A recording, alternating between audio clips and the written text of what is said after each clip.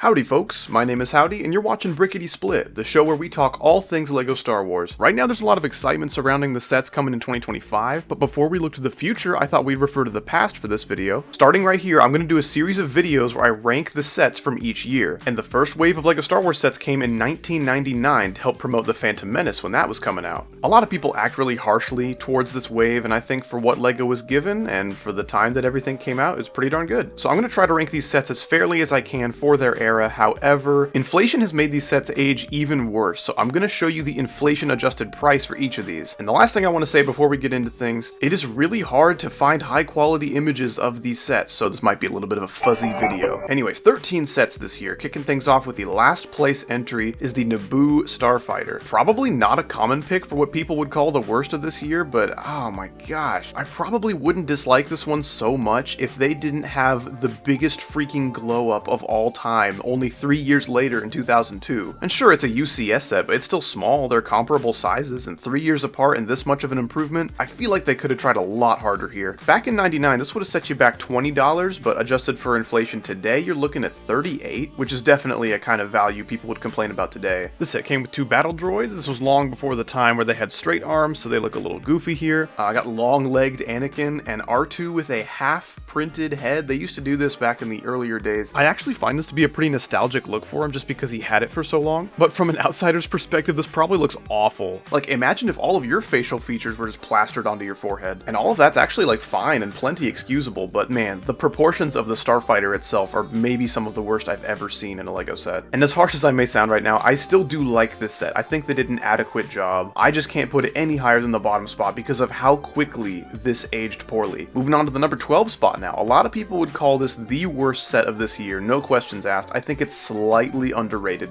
but still pretty bad. And that is going to be Darth Maul's Sith Infiltrator. I think it was actually pretty close to being a couple spots higher. It's very blocky and very studded, and it looks ancient, but if they swap those blue pieces out for dark gray, light gray, black, even like red, I think that would have done wonders for this set. Back in April of 1999, this would have gone for $30, which in my opinion is actually pretty fair, but adjusted today, you're looking at nearly $60. It did come with perhaps the greatest LEGO Star Wars minifigure of that year though. Darth Maul is over here looking freaking glamorous. Look at him. Honestly, if you re-release this figure today, gave him a horn piece, and maybe printed something on his legs, there would be like zero complaints about this figure. He still looks really good. This was also back in the days of the beautiful chrome-plated lightsaber hilts. They looked glorious. But that was retired a long time ago. That plating would chip when you put it in and take it out of a minifigure's hand and stuff, so I get it. Also, this comes with maybe my favorite Darth Maul speeder. It uses like freaking 6 pieces or some crap, but I think it actually looks pretty good. Compare this to the most recent one we've got, I don't know, sure, it's more detailed, but that is so sad looking. And on the back, there's actually a beautiful little printed piece. All of the details you see are printed. They are not stickers. 0 stickers in the first year of LEGO Star Wars. Pretty awesome, I think. Well, yeah, Darth Maul, his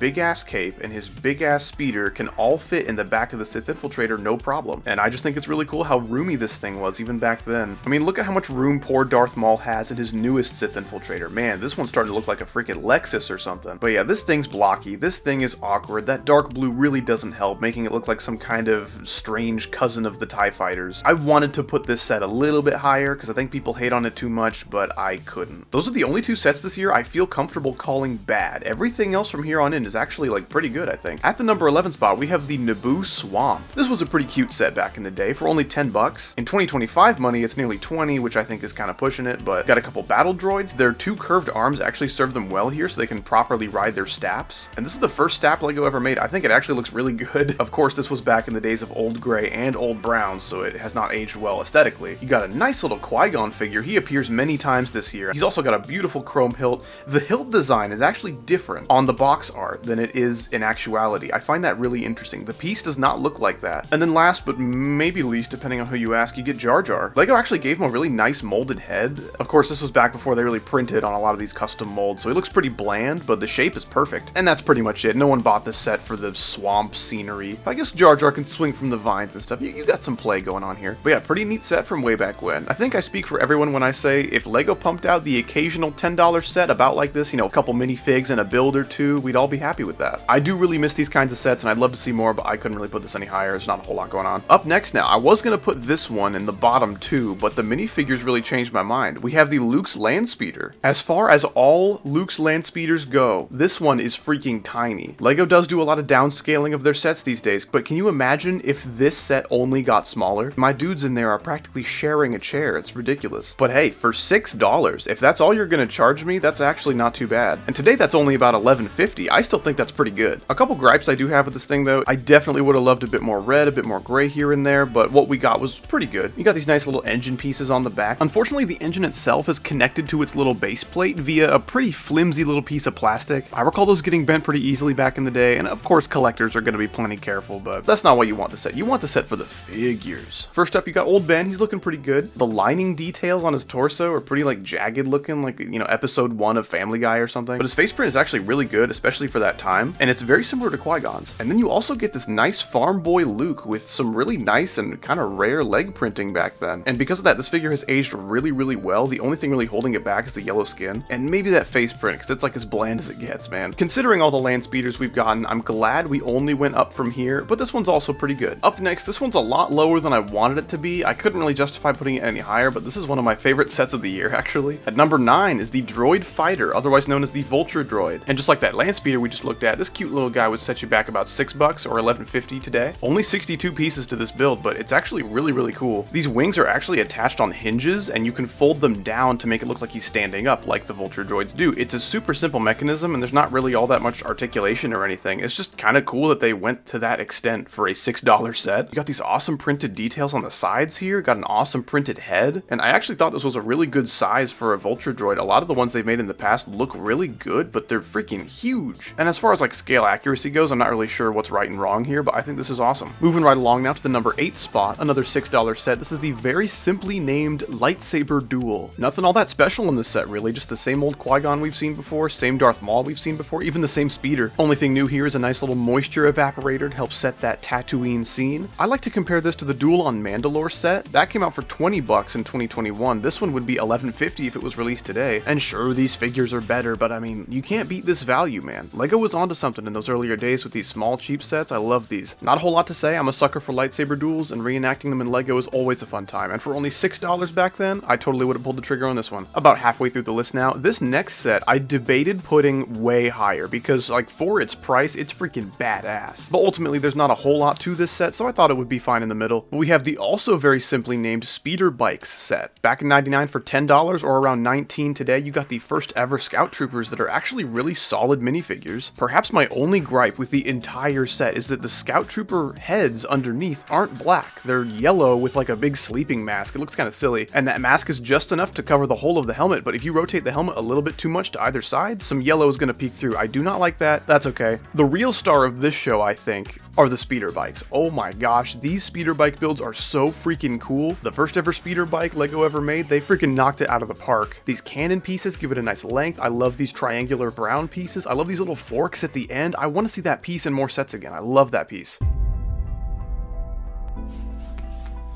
This little cylinder thing underneath the two cannons, you can actually fold that down for some like landing gear action and fold it back up if you want to take off. Dude, it's so freaking cool. More landing gear in the back, some nice handlebars to hold on to. They even give you a little backpack to hang off the end there. Man, this build has it all. If they just re-released the same exact build with more modern gray and brown colors, dude, I would be a happy boy. These ones are awesome. I'd love to see these again. And of course, you got that exclusive Endor Luke with a nice torso print. The colors and the textures there are looking pretty grainy, a little deep fried maybe. That's okay. And he's got like a tree to hide behind, I guess, to like ambush the speeders as they zoom past him or something like that. But yeah, some great figs, and honestly, some incredible speeder bike designs here. Of course, I wouldn't say these designs are the best that LEGO's ever made, but they're pretty up there, man. They've aged really well. And for only $10 back in the day, that is a stellar deal and a no-brainer pickup for any Return of the Jedi fan. Moving along at number 6 now, I see this set in contention for the best set of the year, and I just can't agree with that. There's just too many glaring flaws for me. But at number 6, we have the TIE Fighter and YWing. And don't get me wrong, these builds are still really solid, and for only 50 bucks back then, I guess today at $96, it's not an awesome deal, but adequate for what you're getting.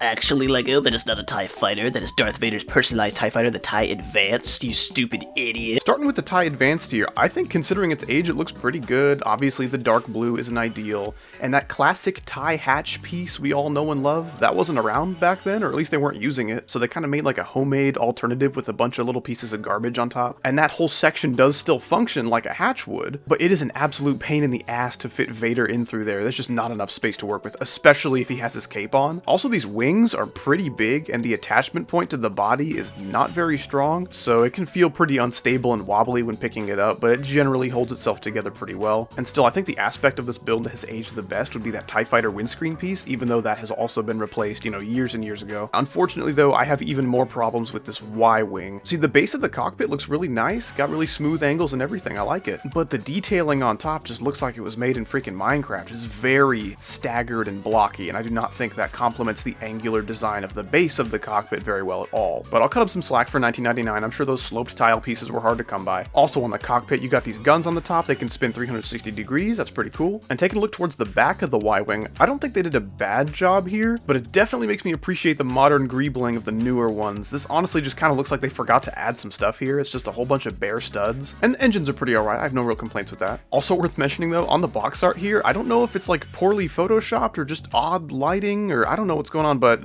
R5, his body is just completely turned around. I guess he's just keeping an eye on Vader, making sure he doesn't act a fool. This Vader's definitely a little bland. The chest print doesn't have a whole lot going on. Still nice looking though. Honestly, I think that original helmet mold still looks pretty good even today. And of course, underneath you got a nice face print for poor little Anakin, looking a little well done, a little grotesque and zombified. And then you got a nice gold leader minifigure, got a super cool helmet, and a nice face print with a little microphone. I love sets where two opposing starships are battling. Those are some of my favorite LEGO sets of all time, and this was a pretty good one to kick off that subgenre of sets for sure. Moving on at number 5 now. This is easily the hottest take of the video. I'm sure I'll get dislikes and comments about this, and bring it on. I like talking LEGO Star Wars with you guys, even if you disagree. I see some people comparing this set to the likes of the Sith Infiltrator from earlier in terms of like its quality, but I find this one to be very underappreciated. At number 5, we have the Gungan Sub, and while I do feel like it's a bit overpriced at $50, just like the last set, that's $96 in today's money, it is a shockingly dense and cumbersome build that packs quite a lot of play features. The front cockpit has like this escape pod feature where it's only connected by 2 Technic pins, and you can pull it off and then attach to like either a set of propellers or a set of like little engines to the back. So you just have this little mini sub to fly around all on its own. I think that's super cool. And as I'm sure you've noticed, the set also comes complete with an array of beautifully printed parts, especially the windscreens and those storage panels on the back. Another play feature, I suppose, would be the spinning tentacle fellas trailing behind the sub. I've heard some people claim that those kind of make things awkward for play, but I've always found them kind of charming, and it's an amusing rotational element if nothing else. This set comes with 3 minifigures, that same old Qui-Gon, the same old Jar Jar, as well as an exclusive young Obi-Wan, who as far as I can tell is identical to the Qui-Gon figure, bar the face print. Nothing too groundbreaking, but still pretty solid nonetheless. Also included is a cute little stingray guy and some additional scenery with some choral business to help set that underwater mood. The structuring may be a bit rudimentary for its era. I find it to be a surprisingly accurate representation of the source material given the limited resources of its time, and its abundance of play features only add to its charm for me. Coming up next is another set seemingly deemed pretty average by a lot of the community. I haven't heard a whole lot of people talk about it, but it's one that I've always found pretty impressive for its time. So at number 4 is the Snowspeeder set. To this day, this is the only LEGO Snowspeeder LEGO has ever made to primarily feature gray as the color scheme. And despite its age, this set is like the ultimate $20 Hoth package. For about $38 in today's money, that's about what we've come to expect LEGO to charge. The speeder build itself has some fun play functionality despite its small size. You got a nice cockpit on the front that can move up and down, even a cockpit in the back that can move up and down for the co-pilot. That whole back section looks a little blocky and a little unfinished, but it doesn't bother me too much. And these cannon pieces on the wings I think are still perfect part usage for the Snowspeeder blasters, still looking excellent today. The set also comes with a nice radar dish of sorts, a nice build with the ability to spin 360 degrees as well as tilt up and down. Also included are 3 very nice Hoth Rebel minifigures. You got that Luke Skywalker with his red printed helmet with a little bit of like caution tape on there. You got his co-pilot Dak, who throws caution to the wind, literally. There is no caution print right there. Also, instead of red, he's got a nice blue, looks pretty good. And then the king of this set for me is Hoth Rebel,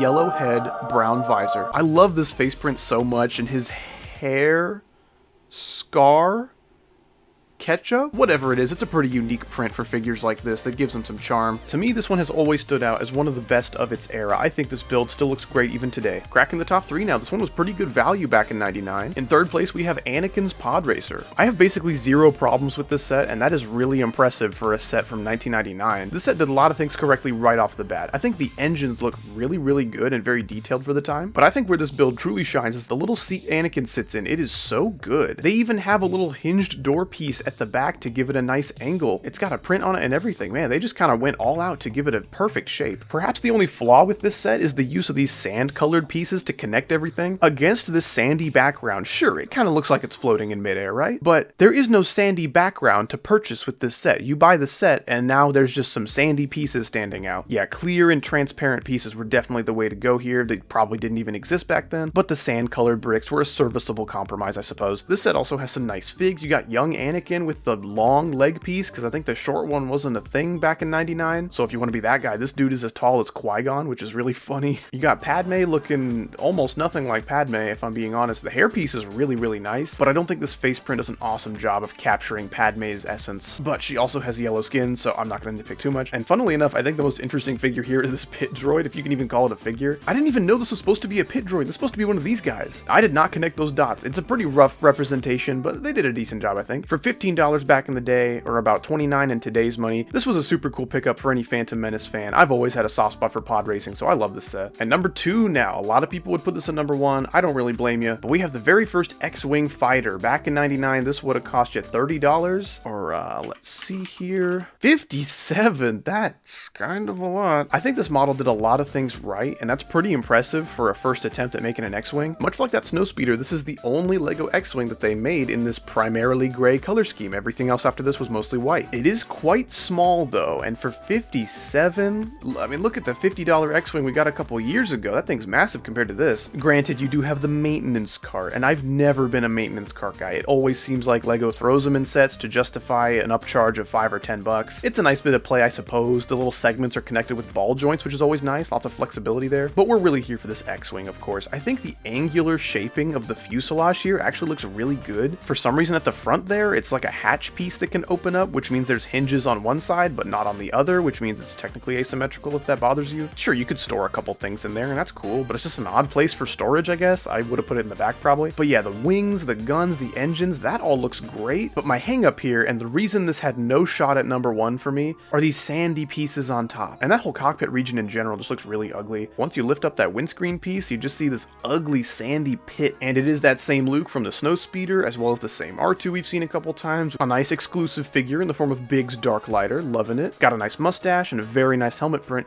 And speaking of mustaches, probably my favorite figure here is the Rebel Technician. This janitorial looking gentleman is the guy that operates that maintenance car from earlier. Man, he's got a pretty impressive mustache, some stubble to boot, and a surprisingly detailed torso print for an unnamed character. Even like Luke and Obi-Wan don't really get torso prints that interesting. But yeah, LEGO freaking knew what they were doing with this set. Had some wonderful printed details to bring the set to life. I would love to see a modern X-Wing that kind of keeps the same shape and style and color, but just with some more modern building techniques. I would love to see that. Easily one of the best LEGO Star Wars sets to come out of the first couple waves, and safely securing a top 2 spot on this list. Ladies and gents, we are here at the number 1 spot. It's a pretty cold take, probably the coldest of this entire video. At number 1 is the Mos Espa Pod Race set. This is so freaking cool. Like I said, I have a soft spot for pod racers and pod racing in general, and they gave us three incredible builds here. Only 2 were exclusive because Anakin's came out on its own. So Bulba's Pod Racer has some pretty awesomely detailed engines as well. I think they're a little too slim for what we see in the movie, but still an accurate representation. They look good. Also, these pod racers, minus Anakin's, are all decked out with these saw blades that can open up and extend out to just cut the other racers. I think that's really funny, and just some fun extra bits of playability. So Bulba's like cockpit region also looks really cool with those big engines. He has like 2 sets of engines. It makes sense why he's the fastest, except for Anakin, obviously, because he has plot armor. But so Bulba's is like often considered the star of this show, but I want to spread some love to Gano's Pod Racer over there. It looks so freaking cool. There's some pretty complicated shaping and angles going on to create the intakes for those engines. They kind of pulled out all the stops to make sure this set was badass, and they did it. The figs here are pretty cool. You get Anakin Skywalker with those big legs, you get Jar Jar Binks, Padme, Qui-Gon, R2 with the forehead, you get Gano,